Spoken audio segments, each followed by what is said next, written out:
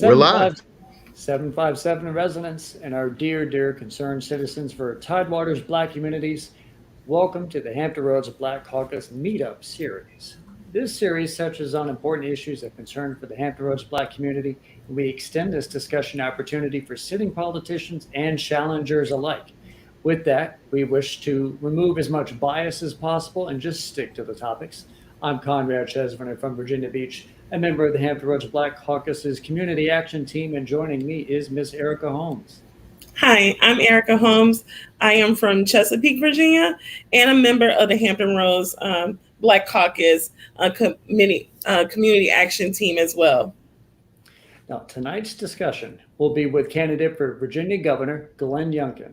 Glenn is the Republican nominee to the office, and he's a homegrown Virginian with Richmond and Virginia Beach roots.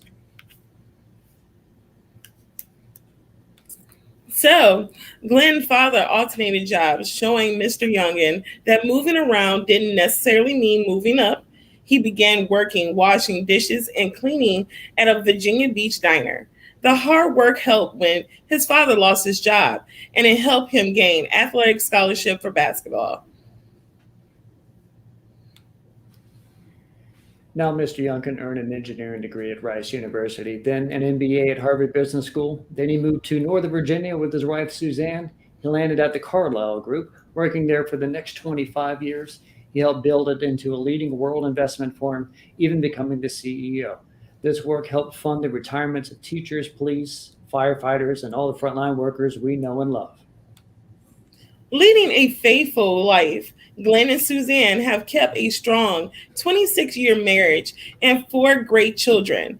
With his life experiences, Glenn believes his skills and character gives him an opportunity to lead Virginia with humility and courage.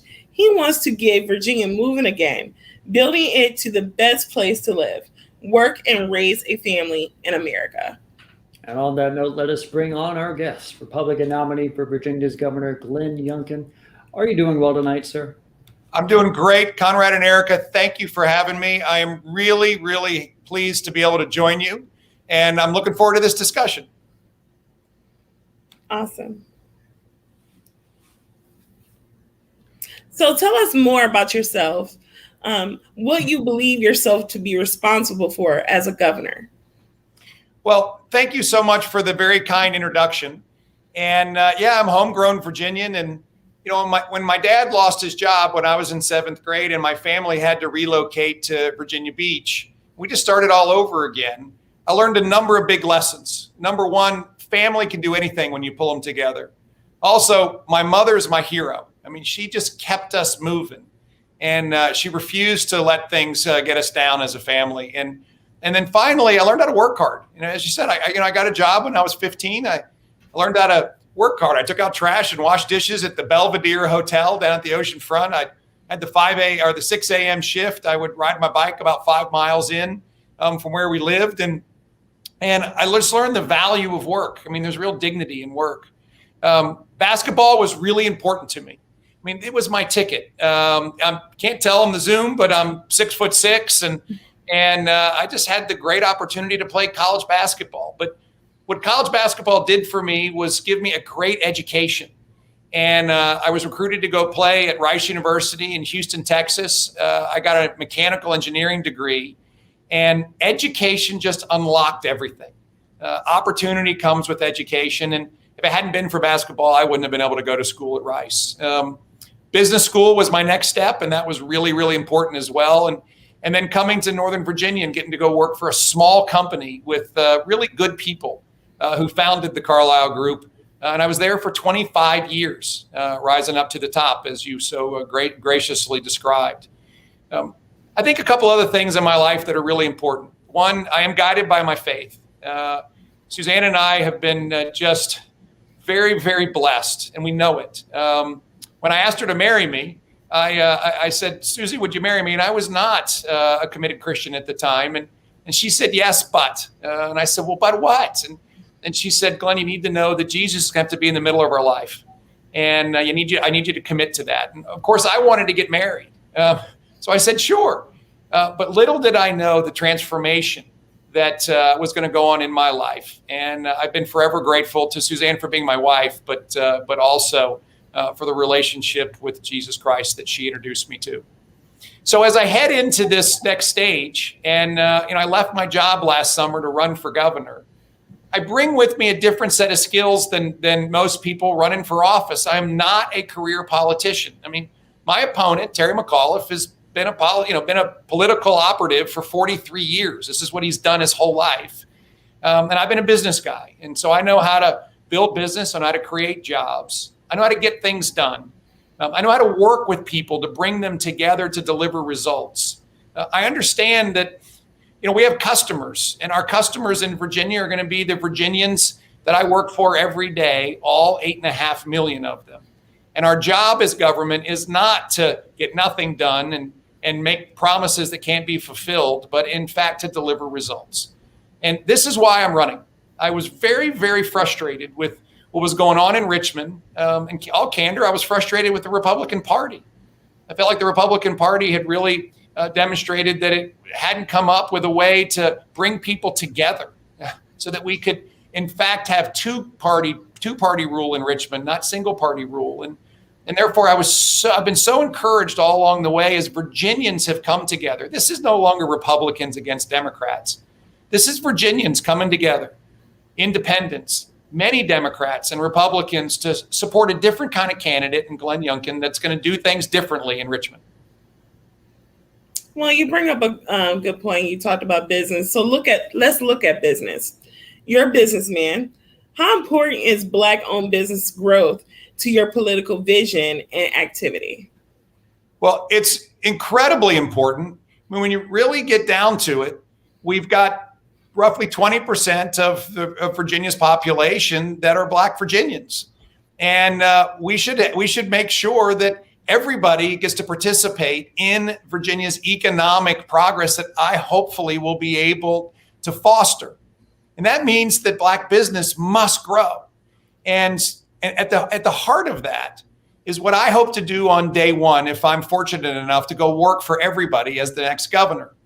What I believe is we must first get our cost of living down because it's too expensive to live in Virginia. So I've got a whole package of tax cuts, including eliminating the grocery tax and doubling the standard deduction and having a big tax rebate because taxes have been too high for Virginians and we've collected way too much money in Richmond than we should have, and we should give it back. But second of all, we have to get moving on education. And the education system today has been leaving our kids behind and not preparing them to compete. But we must invigorate our economy and our job market.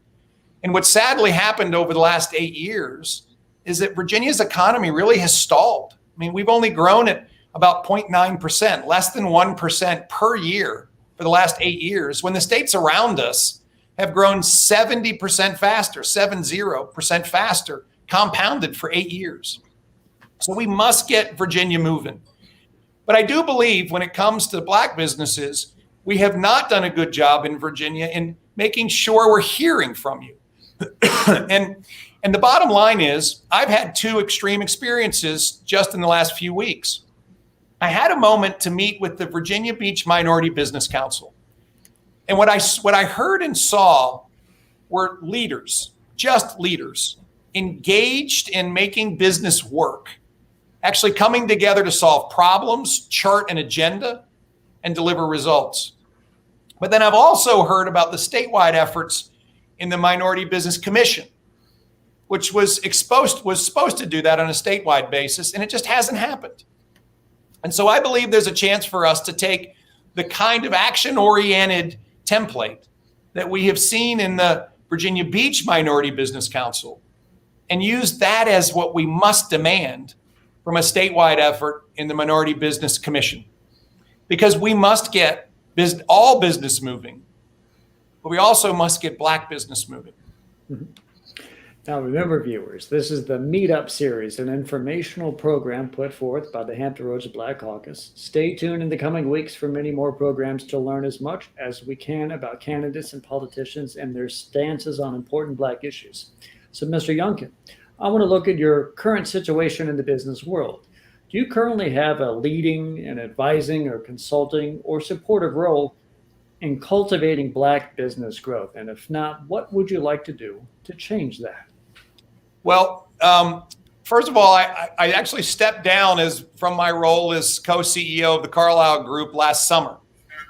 And I've spent basically the last 12 months getting ready and running for governor. And so what I really wanted to share with everybody was my learnings from running a very large organization and recognizing that we had a very particular strategy at Carlyle. And that was the fact that we know that diverse teams work better and solve problems better. I mean, there is just a ream of research that suggests that teams where everyone comes from a diverse experience base do a better job solving problems than when you have everyone from the same background. And so that was the philosophy that we brought to running Carlyle. And we were ranked by most organizations within the financial industry as the #1 place to work for the diverse community. That was incredibly important because it enabled us to build the right kinds of teams so that we could get the best outcomes. I think I'll bring the exact same philosophy. In fact, I know I will, to my role as governor. I think we have to make sure that we have the best teams. We have the best people and the best teams to have the best outcomes. And so this is why I so look forward to going to work with folks right here represented, right in the Hampton Roads Black Caucus. Many of you I've spent lots of time with, and I look forward to working together so that we can, in fact, get Virginia moving. We can come up with the best answers, and I think that's just going to be a critical part of the overall game plan to move forward. Part of that overall game plan will include education. Educational improvement is a strong pillar within the Hampton Roads Black Caucus. So, Mr. Youngkin, do you believe education should be a bedrock piece of the community's growth, and how would it be? Yeah, well, it has to be. And of course, going back to just my opening comments, it was the catalyst for my own life. I mean, I lived the version of an American dream that was, of course, my version. And I want every Virginian to live their version. And at the end of the day, education is what facilitates it. Now, one of the challenges that I see in education in Virginia today is the fact that we have really an education system that's not performing. We're watching it underperform. Standards have been lowered. And I'll just be clear that when my opponent was governor, 88 schools didn't pass their accreditation. And rather than do the hard work and get them to pass accreditation, they just lowered the standards for accreditation and all 88 passed. On top of that, today we see the standards for our students to progress in school as the lowest in the country, ranked 50th in the country in math and reading. I mean, this is what's caused so many of our students to fall behind. The testing results that came out this past spring suggest that low standards have translated into very low performance. And today, 62% of Virginia's kids, 62% cannot pass an 8th grade math equivalency test. But what's most shocking is it's 70% of Latino children and over 80% of Black children. The gap is absolutely unacceptable, but the absolute numbers are shocking. And this is why we have to go to work in education. I will preside over the largest education budget in the history of Virginia.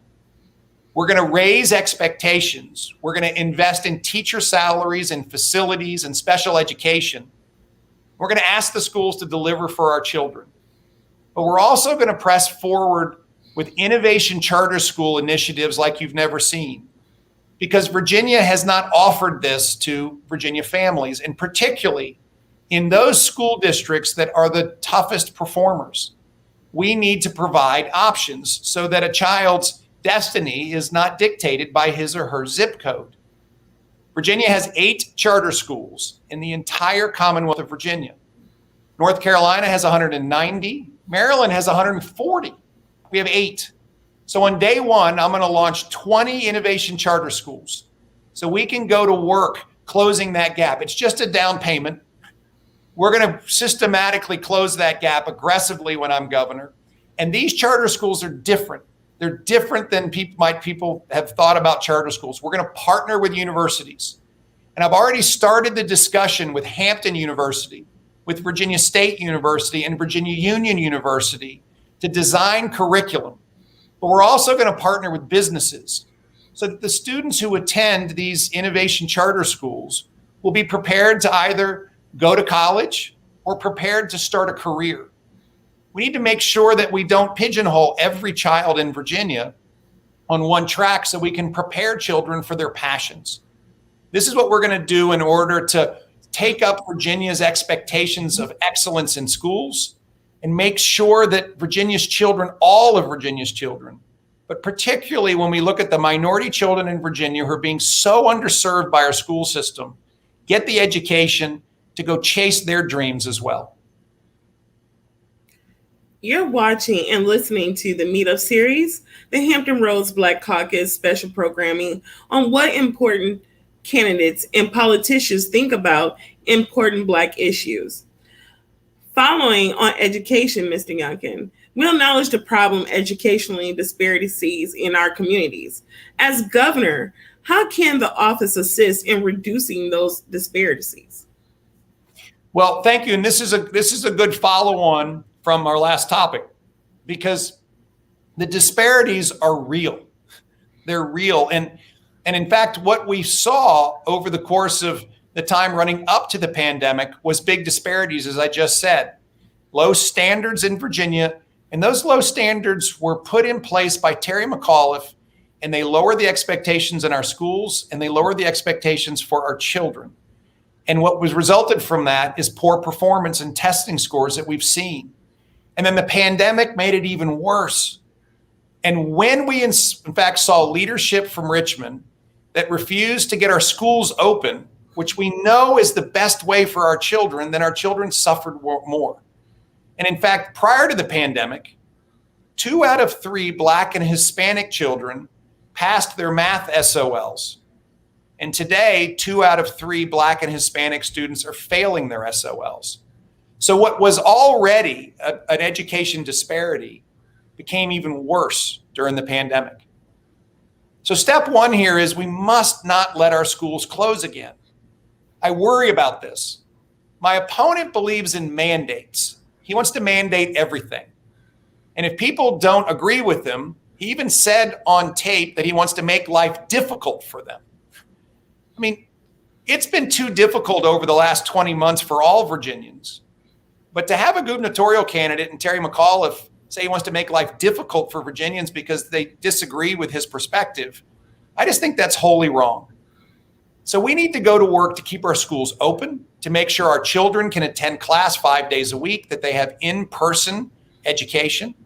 But as I said before, we must invest a record amount in teachers, in facilities, in special education. We have to press forward with innovative approaches like innovation charter schools. And most importantly, we have to expect our students to do well, as opposed to let them skate by. This is what our kids deserve. And this is why I can't wait to go to work for everybody as our next governor. One last comment. Last year, one of the things that Suzanne and I learned, because we got involved with a new nonprofit called the Virginia Ready Initiative. And what Virginia Ready did last summer was partner with businesses all over the Commonwealth. And we identified tens of thousands of jobs that were sitting empty in the middle of the pandemic. And yet we had 1.5 million Virginians just last year, and it actually rose to 1.8 million Virginians who had to file for first-time unemployment benefits. But what Virginia Ready did was in fact recognize that these jobs could be filled just with retraining. But there were lots of people who didn't know how to get the retraining. And so we went to work to help make available training programs through the community college system. And what we found was thousands and thousands and thousands of Virginians, about 50% were actually from the Black community, who took part in this retraining to find a new career. Ambition, hard work, aspiration was unleashed. And this is what we must do for all Virginians. You know, we've got this mentality today, there's only one path, and that's to go to high school and then go to get a 4-year degree. And the reality is there are so many paths. So we absolutely want to make available paths to college, 4-year colleges. But we need to go to work to make sure that we facilitated alternative paths as well that could include trade schools, can include community colleges, credentialing programs, so that this thriving economy that we are all going to go build together, an economy that grows 400,000 jobs over the next 4 years and fosters 10,000 startups, that we have a workforce who can go take it. And that is what's most exciting to me, is to rethink education so that we can prepare all of Virginia students to take advantage of a rising economy with more jobs than people can take, but they don't have a single path there. There can be multiple paths there. And that's what we have to do to get education moving for Virginians and then get Virginia moving. Switching back to business, the Hampton Roads Black Caucus supports a thriving Black business community. What governor policies can you help spur and support Black business development? Yes, so this is such a great question, and I'm going to go back and bring two pieces together. First, Black business development and Black business growth is just an absolute underpinning to getting our economy moving. So we have to facilitate economic growth and job growth. And as I said, on day one, we're going to go to work. First thing we're going to do is make sure there's not a shutdown. There will not be shutdowns in Virginia again. My opponent, I think, really is very quietly looking forward to shutting it down, because last year, when it was earlier this year, he didn't say a word when our economy was shut down too long. Second of all, we're going to protect right to work. Virginia is a right to work state, meaning that employees get to choose whether they join a union or not. Well, my opponent wants to get rid of right to work. He stared at a camera and said that when the bill came to his desk, he would sign it. Now the House Appropriations Chair wants to send the bill if Terry McAuliffe is elected. You know, right to work protects Virginians from being forced to join the unions. And if we lose right to work, it will absolutely be the death knell across Virginia. Third thing I want to do is I want to declare a 12-month tax holiday for all small businesses. I want you to keep that money. I want you to invest in growth and invest in employees. And finally, we're going to go to work to make sure that we can train a workforce to take the jobs in this growing economy. Now, something I mentioned earlier, I think is really important, that the Minority Business Council in Virginia Beach has done an amazing job of creating resources so that Black business owners can, in fact, understand the path. They can find mentors. They can understand how to get filings and legal work done. They can, in fact, find access to capital to grow. And we've seen failure at the statewide level with the Minority Business Commission to do any of that. And so as I said earlier, so look forward to replicating statewide the great foundation that I saw in Virginia Beach. I think finally, one of the challenges that Virginia has is that new business startups have really stalled. And in fact, Virginia is ranked 49th in the nation today as best place to start a business. And this impacts the Black community in a material way. And so I want Virginia to become an innovation economy, a new business economy. And so we have to bring capital formation. So we need to bring investment funds that can invest in startups and growth capital. We need to bring accelerators that we can place into communities to help businesses find resources to grow. And I think that particularly there's a great opportunity for us to partner with the many leaders that I have met in the Hampton Roads Black community and the Black business community to go do this. And so there's a lot we can do to really jumpstart Black business, and we need to do it together. And the examples that I've just cited are just a few of the ways that we can get started.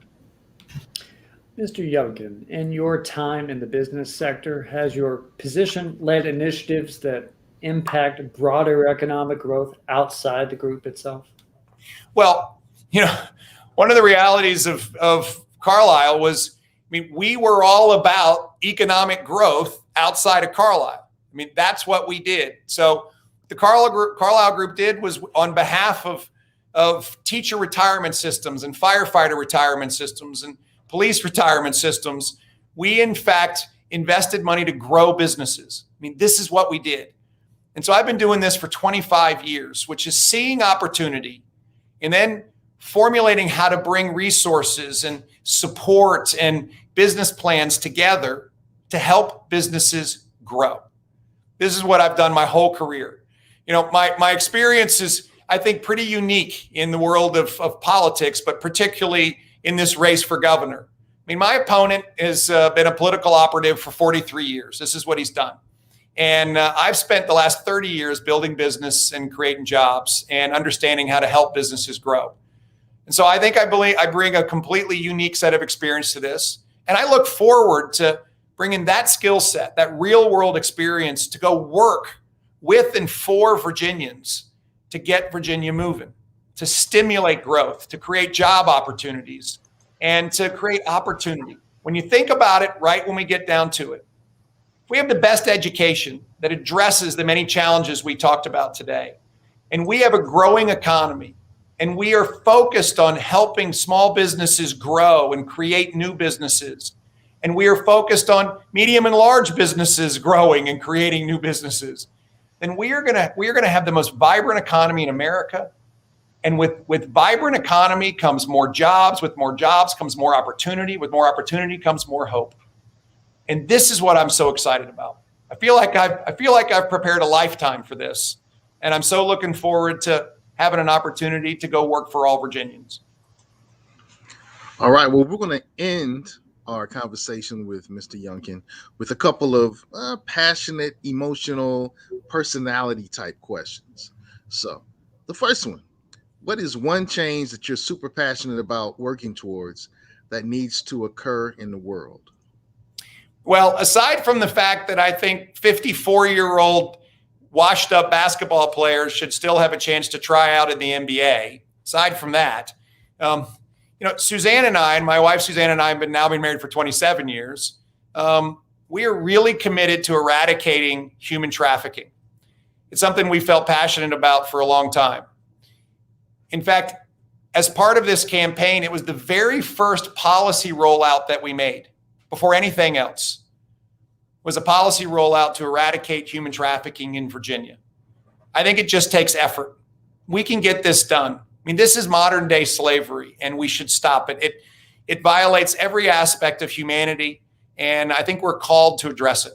And so I have a real passion about this and look forward to working with my wife, Suzanne, as the First Lady of Virginia, going to work and ending human trafficking in Virginia. And the last question, what are you intentionally doing that is very different than the generations that preceded you? I really like this question. Can't wait to hear your response to it. Well, I think this is a hard one because I think what I'm doing is very much part of my own sense of calling. But I do think that many people in this world, they work in the business world for a long time in their career, and at some point they stop working and they, go fishing. I'm not going fishing. I think I've had just an extraordinarily blessed 30 years in business. I've had more good days than bad days. And what I've decided to do with my family is go to work for Virginians. And I guess most people don't make that decision. And so as part of this discussion tonight, I guess I have a request. And my request is to get to know me, get to understand what we're about, how we're going to get Virginia moving. But I also then ask you to consider hiring me. Your vote for me is hiring me to go work for you. And together we can build an extraordinary Virginia. So hire me to work for you, and we'll go to work together and make Virginia the best place in America to live and work and raise a family. Great words. And we thank you, Mr. Youngkin, for coming on the show tonight. I understand you're about to head on out, but thank you so much for coming on and just sharing yourself for our viewers. We hope that you have a great evening. Thank you so much. I hope you have a blessed evening. Thank you. You too, Mr. Youngkin. Now, thank you, viewers, for tuning in to the Hampton Roads Black Caucus's MeetUP series, Community, business, and education are all prominent pieces of our group identity here. And we are fortunate to have Republican governor candidate Glenn Youngkin come on the program to address those stances and more. We'll be having many more of these meetups. And also stay tuned for our many upcoming Sparta Series programs, where we have on candidates from within special Hampton Roads races to discuss important issues to those communities. To stay up to date with those events like the Hampton Roads Black Caucus on Facebook, like it. Subscribe to our channels on YouTube, like them too. We all have a great night. I hope you guys all have one. And thanks for watching, and catch us next time. Well, before we leave, I want to say thank you to Conrad, who is the leader of our stream team. Our stream team is the part of the Hampton Roads Black Caucus's community action team that focuses on bringing great content to social media so we can awaken the sleeping giant. Hey, Black community, we are the sleeping giant. I said, 2 years ago, the Republicans can't win without us. Democrats can't win without us. We're the sleeping giant. It's time for us to wake up. I want to say thank you to Erica for working with us in this particular stream. And we have some other ones coming up. And look, viewers, we did see your messages. This was just not the stream where we could take, Chrissy, I wish I could have taken your message. Charles, Nikki, San, Shareem, I wish you could have added your messages in, but we couldn't this time. We will in future ones. So keep subscribing, keep watching the Hampton Roads Black Caucus, because we're engaging those who want to represent us, because they have to represent us. We're engaging them, and you're going to be a part of that great engagement. So thanks to all the viewers. Thanks for all your comments. Thank you, Erica. Thank you. About to do some big things, and Conrad doing a great job again with the stream team. If you're not familiar with the Hampton Roads Black Caucus, check us out on Facebook, check us out on Instagram. I know the TikTok's coming up soon. Check out the website, and we're looking for people who are passionate about empowering our community. We're looking for you. So if that's you, go to the website, join, be a part of our community action team, and let's make some changes. Back to you, Conrad and Erica. Sorry for hijacking this. Not a problem, not a problem. I had fun. Miss Erica, did you have fun tonight? I sure enough did. That was good information, and I hope that our viewers take that into heart. Indeed, I had fun, and it was great working with you, Miss Erica. We're going to have many more of these in the future. So definitely let's get cracking and build some more shows, and we'll just have greatness all around. Great. Thank you. You all have a great night.